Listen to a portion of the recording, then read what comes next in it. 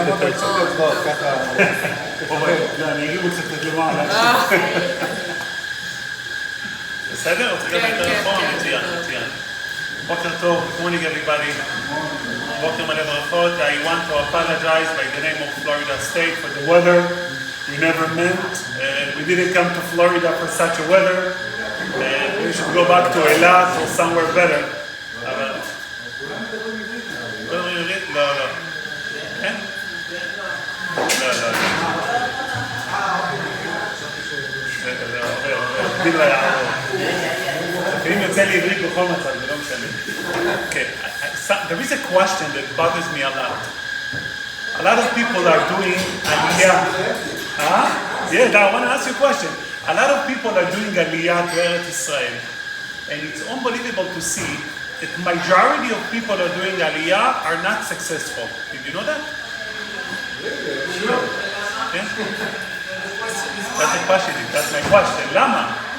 Eretz HaKodesh, the Holy Land, people putting so much, doing Aliya in order to go to Eretz Israel, they don't have it. What's the percentage for those who are coming back? Very high. 80. That's why never ruin your credit. Always pay the credit card when you're doing Aliya, because you never know when you're going to be back. But it's very interesting, even those who are going there are not successful. That applies, very interesting, to every area. I mean, I see people who are ultra-religious, or are not religious at all. Many areas in Eretz Israel, people are not successful. What's wrong?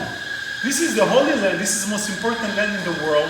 We should be there, we should do well, and people don't do Aliyah. On the other end, everybody loves to visit Israel.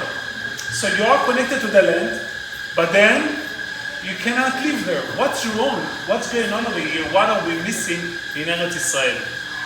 So in order to understand, last week we had a story where Bnei Israel left Egypt. They left Mitzrayim, and they were supposed to go, there are two pathways of going to Eretz Israel. Either through Plishtim, not Palestine, Plishtim, which is something else completely, and then to Eretz Israel. It's two different states.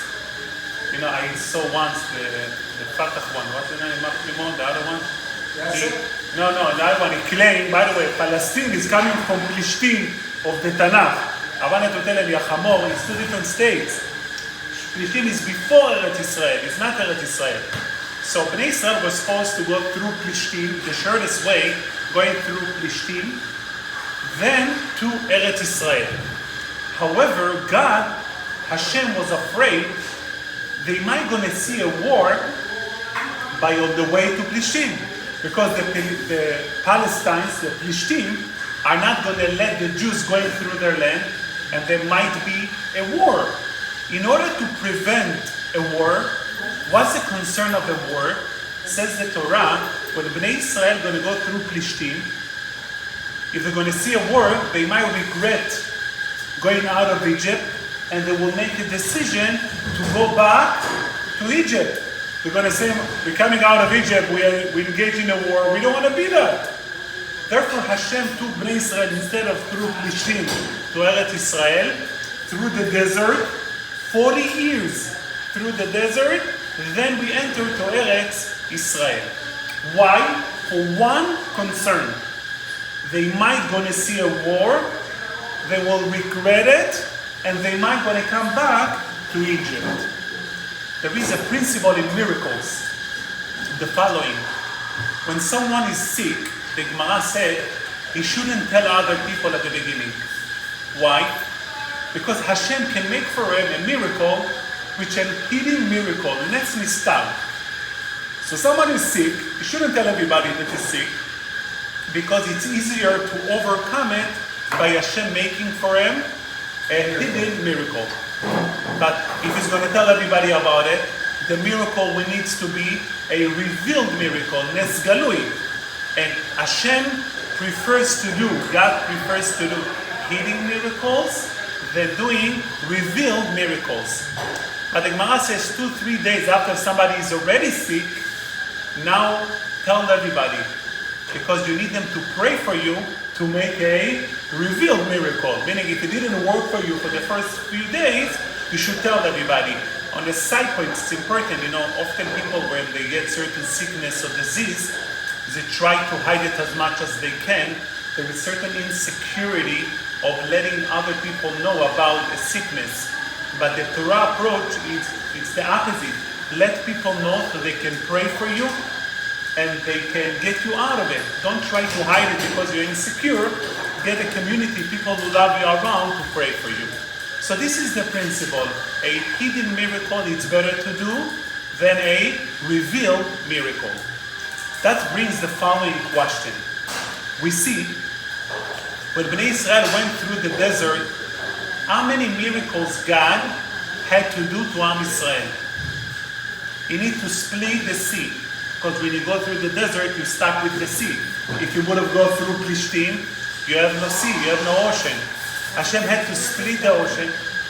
Hashem need to do a miracle to give us man, the food, miracles to give us water, miracles to give us slab. The Gemara says that there was a cloud of Anan, was going ahead of Am Israel, straightening up all of the surfaces so Bnei Israel can walk easily. There were so many miracles were done to us when we went through the desert. Can you imagine if we would have gone through Plishtim? God can make the most hidden miracle ever. He can make sure there will be no war with the Plishtim. If there will be no war with the Plishtim, we have no problem. We're going straight to Eretz Israel, which is much, much more hidden miracle.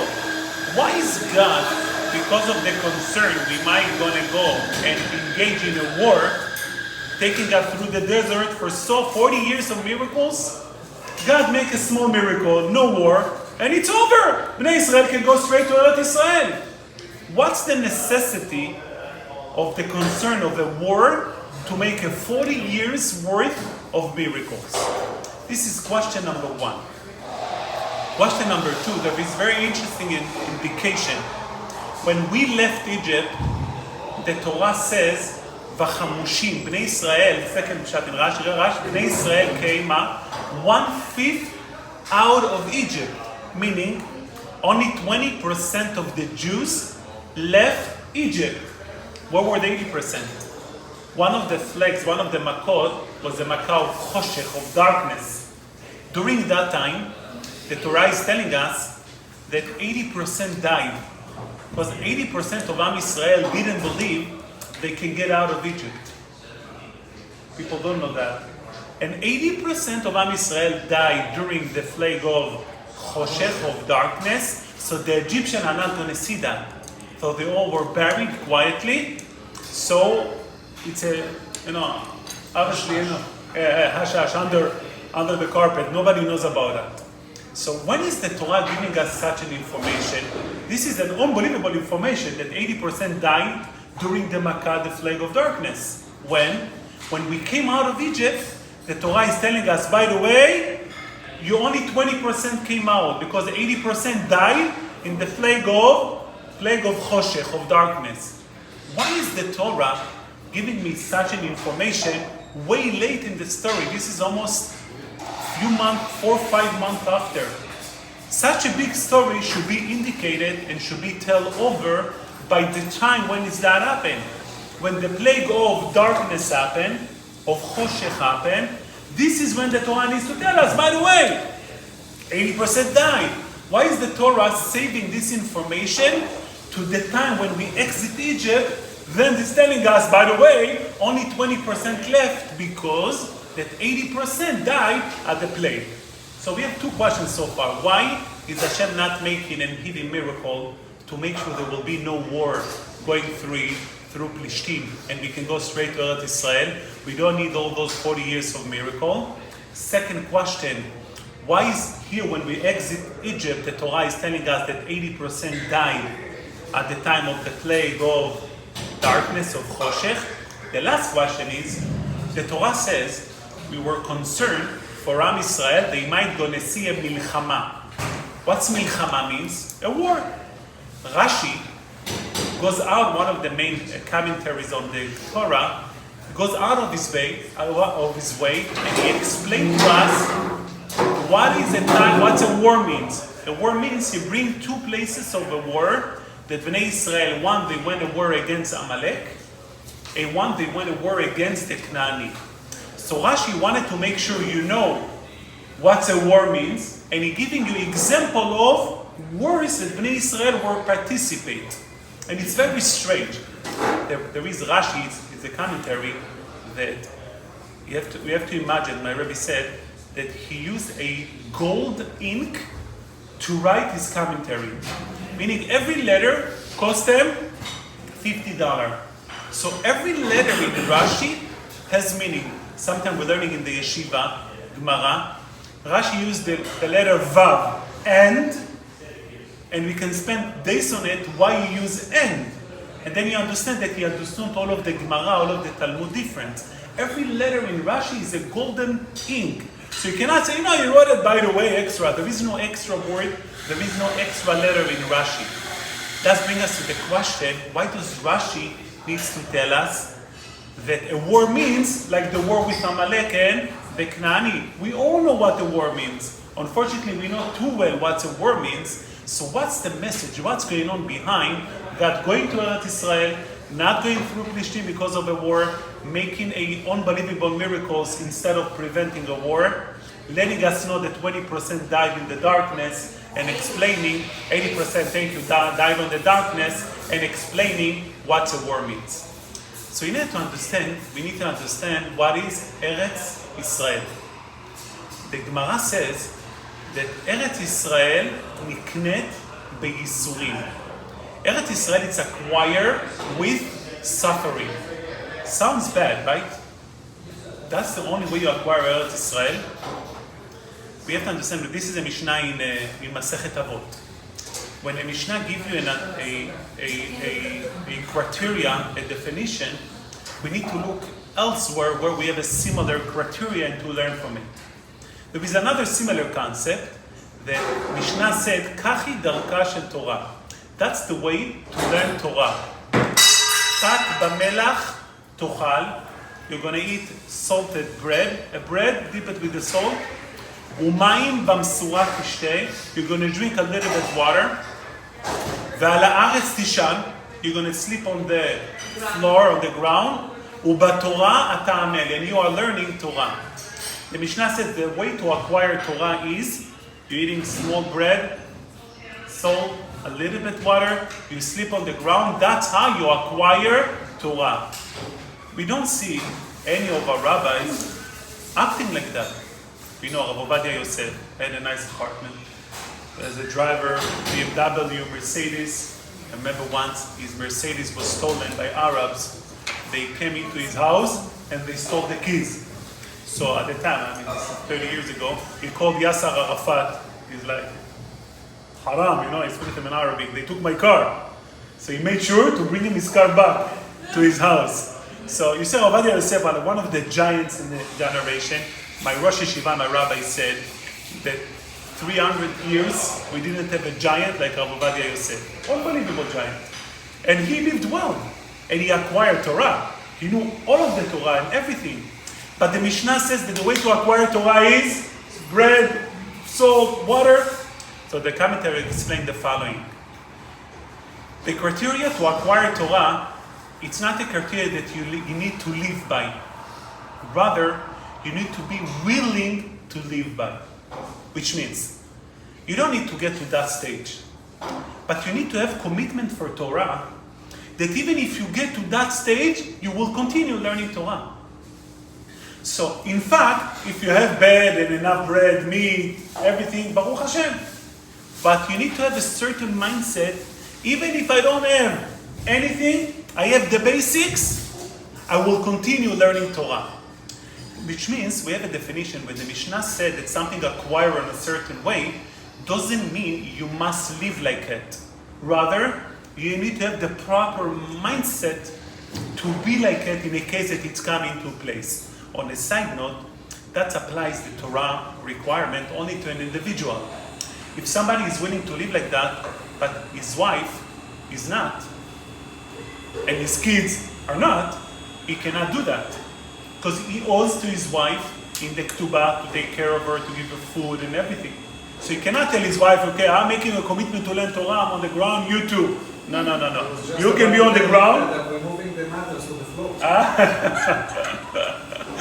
The husband goes to the floor, right? So, and he cannot tell his wife, okay, yeah, I'm learning Torah, well, let's be together on the floor. No, she got to be on bed, you got to be on the floor. If it's affecting your family, you're doing something wrong, because eventually it's going to come back to you. So that's a requirement of acquiring Torah. The Gemara, the Mishnah said, Eretz Israel niknet b'yisurim. The land of Israel acquired with suffering doesn't mean, like people understand, okay, you must suffer to acquire Eretz Israel. Rather, you need to have a mindset that I'm willing to go to Eretz Israel, that no matter what's going to happen, I'm staying no matter what. Any suffering going to happen, any difficulties, I'm going to be in Eretz Israel. When Bnei Israel are about to enter Eretz Israel, and they are coming from Egypt, they wanted to go through Plishtim, and the Torah is concerned they might going to see a war, and they will regret and come back to Egypt, to Mitzrayim. Is that a valid concern? Yes. Hashem can make a miracle that there will be no war. But that's not our problem. What is our problem?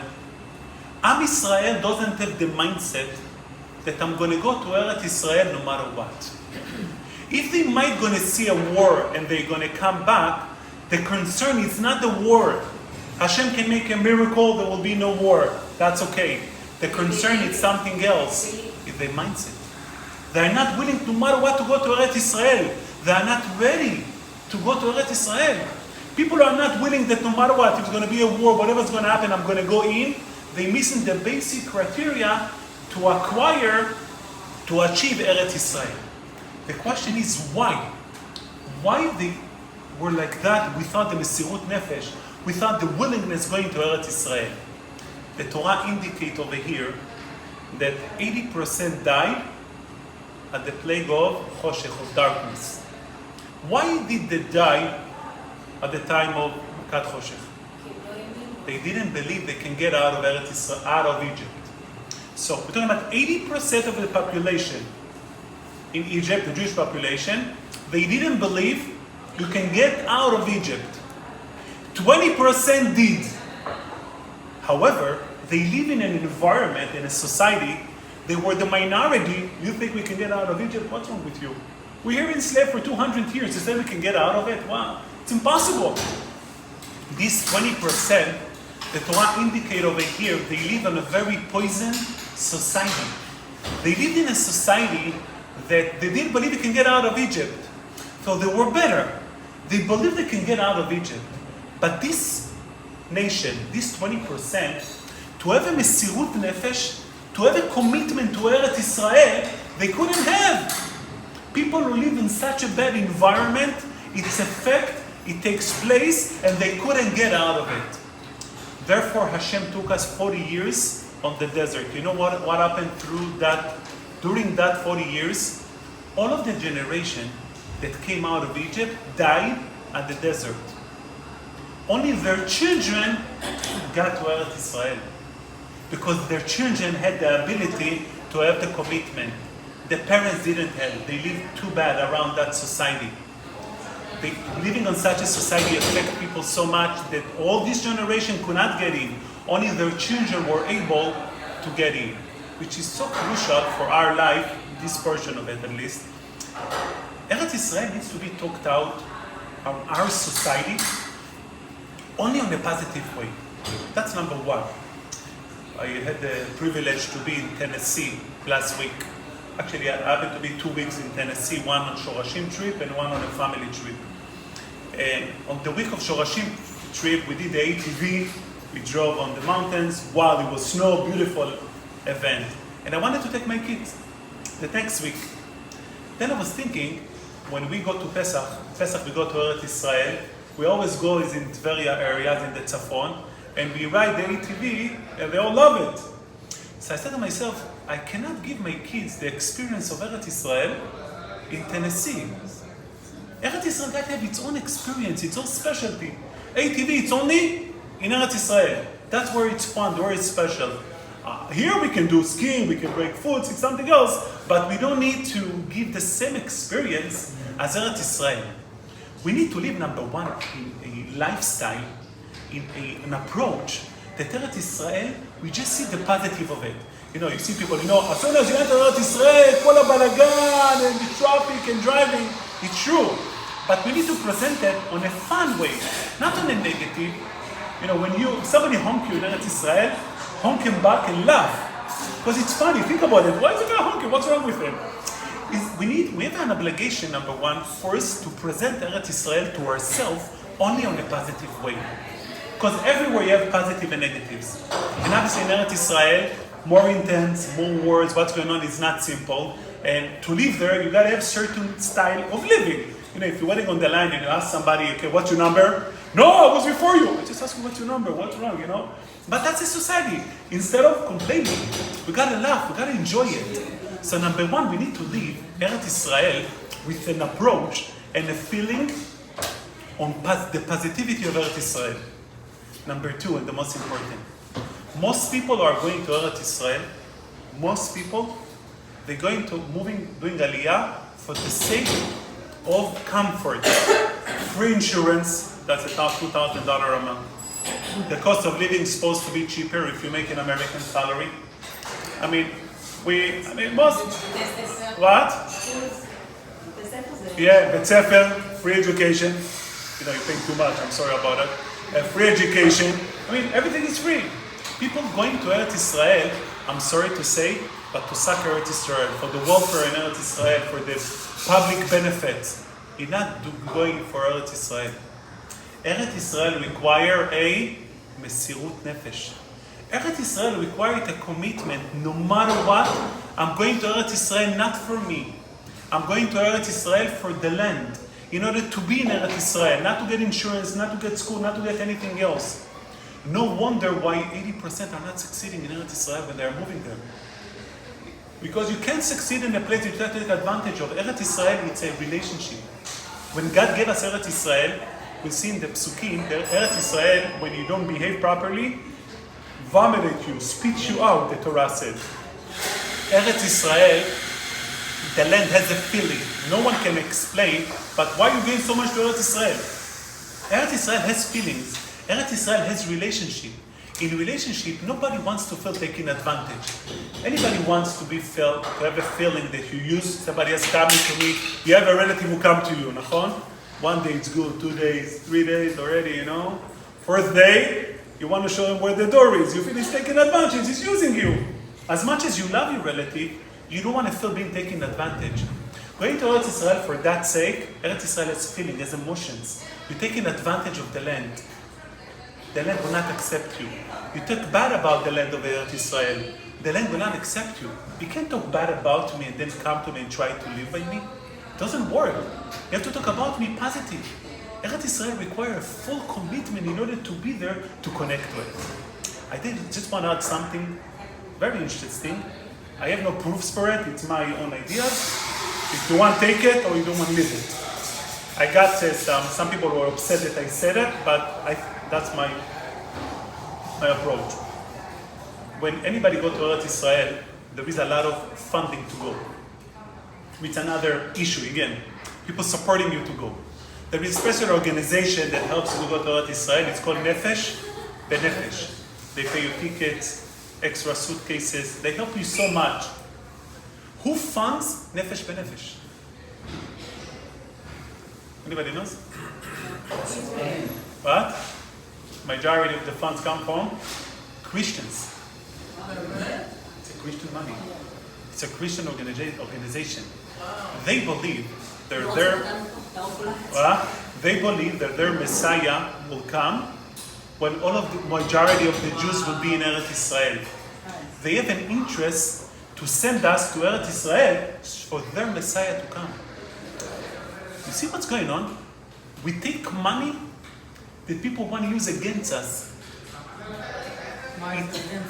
Because they want us to be in Eretz Israel. When their Messiah is going to come, he's going to kick us out. There's nothing bad for us to be in Eretz Israel. No, but this source of money, the source of this money, it's a bad source. It's for against you. It's not for you. It's an intention. They don't care about you. They have an intention, but it doesn't take anything away from Takes away. whoever So we have a concept that money gotta have. Eretz Israel, it's feeling, it's emotion. Eretz Israel doesn't want to receive idolatry money, Christian money, to support us to go to Eretz Israel. When you go to Eretz Israel, you should use your own money. Because you don't want to use this such a money. I'm saying it to people. Some people, say, Rabbi, it's $10,000. Come on. I'm like, okay, sorry. But some people do listen when they do Aliyah because you don't want to use such money that people, you have to understand, as much as Christians looks good, we suffered throughout the years from their approach, the murdering and everything, the crusades, everything. This money, we don't want to touch. We don't want to be around that money. Again, people can disagree with me, but I'm sitting here, too bad. But it is what it is. That's my approach. You cannot use this money. This money is supposed to, when you go to Eretz Israel, it's supposed to be holy money. It's supposed to be something to connect you. This money is not to connect you because according to them, their Messiah will control us. So in a way, they're screwing us in order for us to go to Eretz Israel. That's wrong. Our approach to Eretz Israel got to have a positive approach, got to have a full commitment, and only positive and positive energy. So our job going forward, I'm not convincing to do Aliyah over here, because especially people that have kids in schools here, and Jewish schools, when they go to Eretz Israel, they have a lot of problems. I just met a kid last night. His parents did an Aliyah. He was 14 years old. He spent in jail back and forth. Like his father is a dentist. That's his children, those fit in jail, if a father would be a car dealer, okay, I can take it, But dentist is not supposed to be, what's wrong? Because you feed those people who are not. Meaning in general, when you make an Aliyah, you have to think about the surrounding. Are they going to fit in the school? They're looking like the American, the friar, it's not simple. But our mindset and approach in life, Eretz Israel, we need to just talk positive, just appreciate the land. All the things that becomes difficult in Eretz Israel, we need to make fun of it. We gotta joke about it. Eretz Israel must be something positive. It's a relationship, it's a connection. And Eretz Israel requires commitment. This commitment doesn't need to have when you're doing an Aliyah. You need to have an internal commitment to Eretz Israel. We saw at the war on October 7 how everybody are committed to Eretz Israel. It's unbelievable. I'm getting calls from people, Rabbi, I want to help Eretz Israel. Do I look like Eretz Israel? So I want to help Eretz Israel. And I happen to direct people how to help Eretz Israel on different ways. But people, we all belong. We all committed. We all spending. We just need to put it into our mindset to think positive. And B'ezrat Hashem, Geula Shlema, we'll all be together with Mashiach in Eretz Israel. Amen. Thank you, sir.